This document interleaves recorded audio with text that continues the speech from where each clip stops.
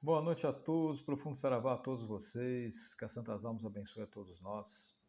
Nesta noite nós vamos estudar um trecho do livro Umbanda e o Poder da Mediunidade, quarta parte, dando sequência ao estudo anterior. Então diz assim: portanto, como alma grupal, em relação a um meio, porque na passagem do espírito deles pelos citados reinos da natureza, mormente na espécie animal, o ser espiritual não está diretamente encarnado em cada animal. Aqui o Mata está falando sobre a passagem do espírito pelos reinos da natureza, tá? Que ele não encarna diretamente como um animal, como uma pedra, como uma árvore. Ele passa pelos elementos aurindo desses elementos. Tá? Então não está diretamente encarnado em cada animal, nem tampouco numa pedra, numa árvore, né? E nem sequer ao seu lado. E como esse ainda é um meio tanto ou quanto pesado, por onde o espírito tem que aurir o mais possível esse tipo de vida, aí se demora bastante. Por isso que a idade de certos animais é longa, justamente para dar tempo necessário ao espírito no aprimoramento ou na manifestação de uma certa classe de sensações em relação ao elemento sanguíneo. Né? Já quando o espírito se liberta da última etapa de participação na vida da espécie animal de pelo, é que vai ser impulsionado a passar também pela espécie de animal de pena. Por quê? Porque nessa espécie ele necessita de sensibilizar ao máximo o dito chakra laríngeo, que comanda no corpo humano as cordas vocais ou a garganta.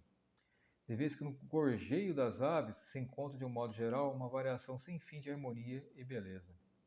Após essas etapas pelos reinos da natureza, o ser espiritual fica como que impregnado de vibrações e sensações variadas e confusas. É quando surge a necessidade de se proceder sobre ele a revitalização e o consequente equilíbrio e aprimoramento do seu sistema de chakras. É quando ele volta a participar diretamente das correntes vibratórias da natureza, a expansão natural dentro do cosmos. Né? Portanto, há que voltar aos elementos da natureza, assim como a corrente dos elementos água, terra, fogo e ar. Então aí ele passa, depois de ter passado pelo reino mineral, vegetal e animal, ele vai ainda se experimentar ao elementos do reino da terra, da água, do fogo, dos elementos, né? A terra, água, fogo e ar. Está novamente em contato com as forças elementais da mãe natureza, em vibrações livres. São, em virtude disso, espíritos da natureza, porque ainda não participaram de nenhuma encarnação. Em realidade, são espíritos elementares cumprindo ciclos de evolução e de preparação. Eis porque os magistas e outras autoridades em assuntos esotéricos ou de ocultismo, louvados tão somente na interpretação errônea da cabala hebraica, deram-lhes a denominação de elementais, né? Chamavam de elementais. A cabala hebraica chamava esses seres de elementais, espíritos da natureza, como dando a entender que a natureza engendrava, criava esses seres com essas características quase que iguais aos espíritos inteligentes, conscientes, né? Ao quais classificaram como salamandras, ondinas, sílfos, né? Paracelso que deu esses nomes, né?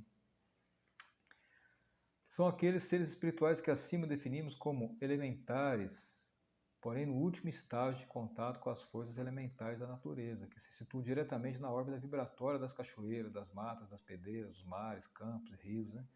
Com seus donos, seus guardiões, por injunção de complementação dessa condição. Ou seja, quando você vai na mata, na cachoeira, fazer uma oferenda, quem recebe essas oferendas são esses seres, né? Que em contrapartida vão de revitalizar, porque o corpo astral deles é muito puro. Né? É natural que eles se integrem no movimento mágico da corrente astral de Umbanda, por oferecer amplos meios de contato e trabalho nessa trajetória evolutiva, de vez que entram em constante relação com o elemento humano, e isso para eles é de vital importância.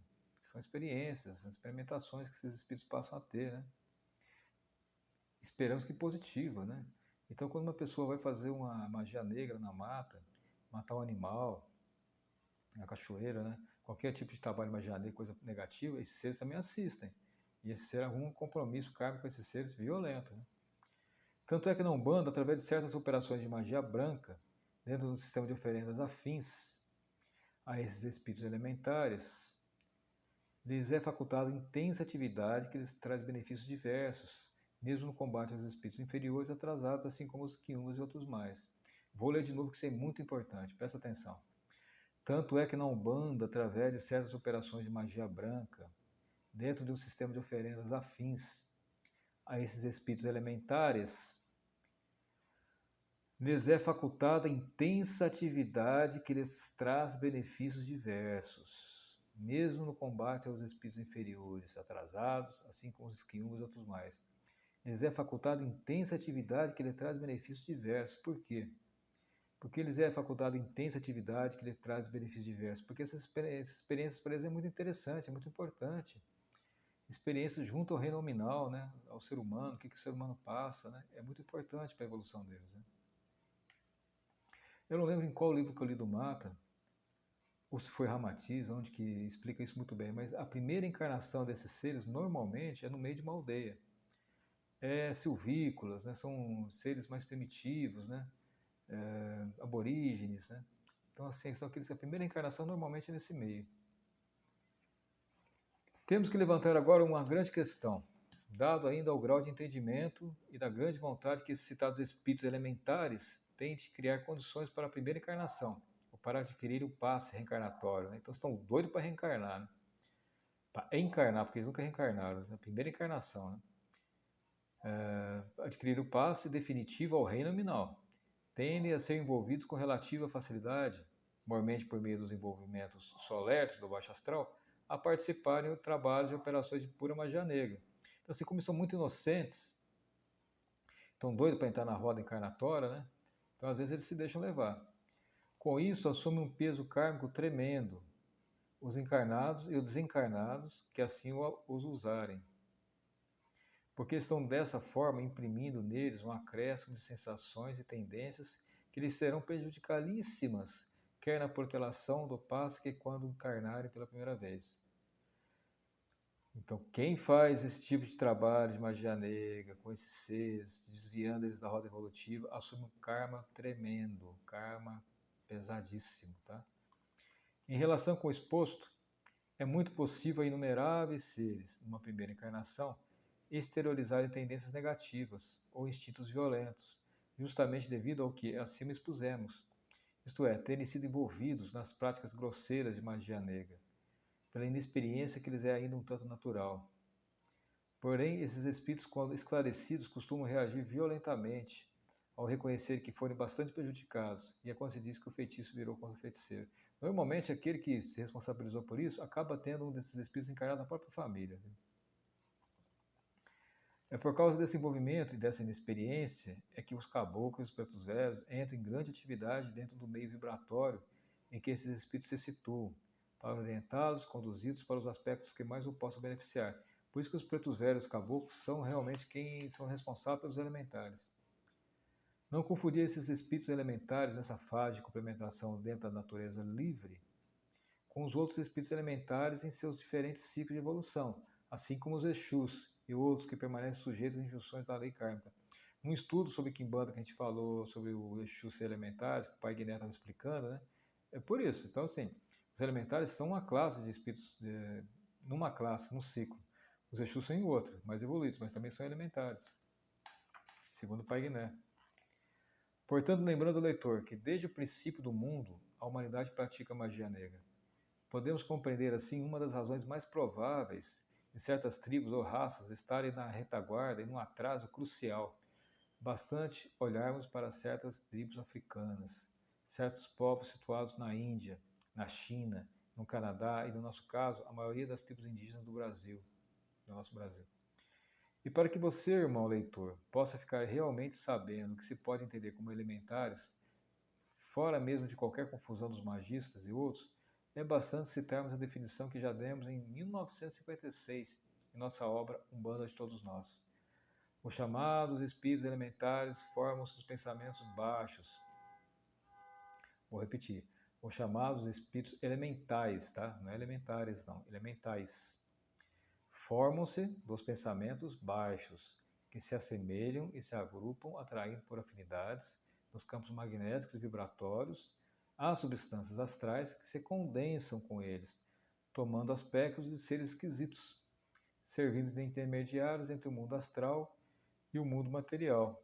Esses elementais, com I no final, né? IS no final, não ES, elementais, né? São vibrações do pensamento que se atraem, por serem iguais no astral inferior, formando conjuntos com determinadas formas constituídas pelas qualidades dos pensamentos emitidos. Então, em alguns lugares, emitem tanto pensamento negativo, porque pode ter elementais positivos também. Mas em alguns lugares a facilidade desses seres das trevas formarem elementais negativos é grandíssima, porque a vibração é muito densa, muito baixa, né? E poluída, né? Então eles conseguem construir através dessa substância vários elementais negativos, né? Dessa maneira gravitam em busca de ambientes próprios, normalmente quando são gerados e alimentados do ódio, despeito, inveja, ciúmes, baixos desejos, ambições desmedidas, falsidades, sendo comum serem atraídos por uma dessas fontes afins. E é por isso que certos videntes ou pessoas que por um motivo qualquer estejam com centro anímico excitado, veem essas figuras feias, esquisitas, de olhos fosforescentes, formas de cão com pescoço fino e comprido, que se encontram tão bem estampadas nas obras de Papos. Eu conheci uma pessoa que viu uma vez um elemental desse. E são seres que realmente vão sendo formados, né? Pela energia negativa do ambiente e pela mente de alguns magos, né? Em relação com todo exposto que, em nome da corrente astral de Umbanda, tal qual já o dizemos, somos um porta-voz, Mata Silva, né? Estamos autorizados a lançar veementemente condenação sobre os praticantes da magia negra, quimbandeiros, catimbozeiros, candomblecistas e similares que continuam a enagrecer, continuam a prejudicar cada vez mais a condição kármica desses nossos irmãos em Deus, que ainda não encarnaram e necessitam urgentemente disso. E como falamos tanto em karmas constituído e original, é interessante ressaltar mais uma vez esse ângulo referente à ficha kármica, né? Não pense, irmão, que nossas ações positivas e negativas, ou seja, nossos méritos e deméritos de cada encarnação em diversas personalidades, sejam abstratos, fatores abstratos que andam perdidos por esse imenso cósmico, espaço cósmico, né? Não pense que fica despercebido, não. Né? Nenhuma folha cai da árvore sem que o pessoal lá de cima saiba, né? Fica tudo registrado no éter, né? Nada se perde, tudo se transforma. Essa é uma verdade científica. Bem, se aqui na Terra e na condição humana, cada um de nós tem sua ficha no departamento especializado, desde o nascer até o morrer, quanto mais no mundo astral, que é justamente o nosso verdadeiro habitat. Então, é lógico que por lá existe um sistema perfeitíssimo de arquivo, orifícios individuais de cada ser consciente, inteligente, desde o princípio do mundo. Essa ficha kármica astral não é coisa imaginária, existe como uma espécie de tela fluídica e consistência astromagnética, onde está anotado o nome original de cada ser espiritual. Desde quando desceu ao mundo das formas, ou seja, ao planeta Terra, ou ao corpo celeste que lhe foi designado para cumprir o que já explicamos como o seu karma constituído. Esse nome, essa identificação original, é completamente desconhecida da maioria dos seres espirituais, mesmo no estado de desencarnados. Somente os altos mentores da confraria dos espíritos ancestrais podiam ter esse conhecimento, de vez que governam o mundo astral e fiscalizam o humano. Abaixo desse nome original, vem uma série de registros inerentes a todos os acontecimentos de importância kármica de cada personalidade que o espírito usou, desde quando ele foi dado o primeiro nome na primeira encarnação. Temos um nome de quando nós descemos do reino virginal. Embaixo desse nome na nossa ficha tem todos os nomes de todas as encarnações, desde a primeira encarnação, e tudo que nós aprontamos. Está tudo anotado lá. Porque o karma de um ser espiritual da criatura que se desencarna não para em ações e reações. Se dissemos que pelo mundo astral o ser desencarnado tem tantas possibilidades quanto na vida terrena de melhorar ou piorar, sem suas condições, o karma, o leitor é capaz de estar pensando de que forma tal coisa se dá. Bem, amigo leitor, a vida emocional, sentimental, os desejos, as paixões, as correspondentes sensações, com seus imensos rosários de reações boas e ruins, né? E paz, desespero, continua lá por cima. E por dentro disso, o ser desencarnado entra em movimento ou atividade dos planos afins, ou nos setores que lhe são afetos. Pode continuar errando, aprendendo, melhorando. Muitas criaturas desprendem-se da vida terrena com tal soma de sensações de paixões e desejos irrealizados que procuram expandi-los de qualquer forma, e por isso deixam-se atrair pelas correntes negativas de seus semelhantes no astral, caindo muitas vezes em piores condições que anteriores. Ou seja, a pessoa é um sexólatra. Aqui, encarnado, ele não conseguiu saciar seus desejos e fantasias. Quando desencarna, vira um íncubo, né? Porque ele está livre, né? E tem muito isso no astral, viu, gente? É um glutão, não consegue se alimentar aqui porque não tinha condições. Desencarna, é um alcoólatra, é um drogado, enfim. Você está no plano espiritual, você não tem quem te amarre, quem te impeça. E ali você está solto, né? E aí você, em vez de melhorar o seu karma, se complica mais ainda. Muitos se tornam até de rebeldia, muitos se tomam até de tal rebeldia que passam a ser disciplinados mais duramente do que antes, sendo até castigados severamente com reencarnações compulsórias, em situações ou em raças que lhes são adversas ou antipáticas. Embora dos altos desígnios da sabedoria divina, tal medida seja uma abençoada oportunidade, dado ao ser que reencarne em tais condições, mas para ele representa mesmo um castigo, duríssima pena disciplinar. E tem muita gente nessa situação, viu? Por exemplo, já dissemos que o Oriente, especialmente a Índia e a China, estão servindo ultimamente de zonas de drenagem kármica, pois naqueles países os sistemas sociais de caça são os mais baixos que se possa conceber. Em uma, estão servindo como verdadeiros pontos de concentração para os espíritos rebeldes, atrasados, endividados e que necessitam passar por condições humanas duras, humilhantes. Assim, discriminamos para que o leitor fique ciente que por força, assim é que ciente que por injunção dessa ficha kármica, aquela ficha kármica lá, né, com suas respectivas anotações, que a lei kármica precede uma computação entre os méritos e deméritos de cada um para pautar numa linha de reta justiça aquilo que chamamos de sorte ou destino de uma pessoa. É claro, né, gente? É a balança de Micael lá, pô.